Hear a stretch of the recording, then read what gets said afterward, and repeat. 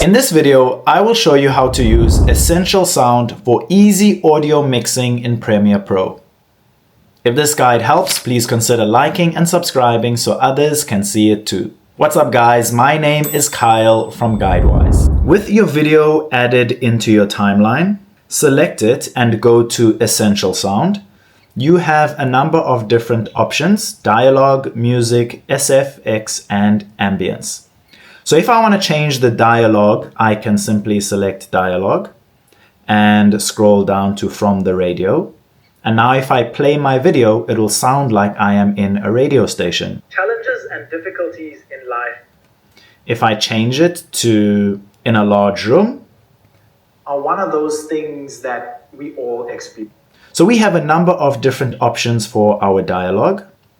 I am going to reset that to default. I also have music on my video, so I will go back to presets, scroll down to music, and I want my music to be balanced background music. So now when I play my video, you will hear that my voice will be above the music. Regardless of who you are or what you have.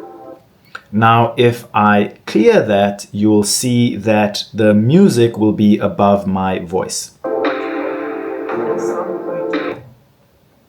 You can also go back, go to music and say duck against everything.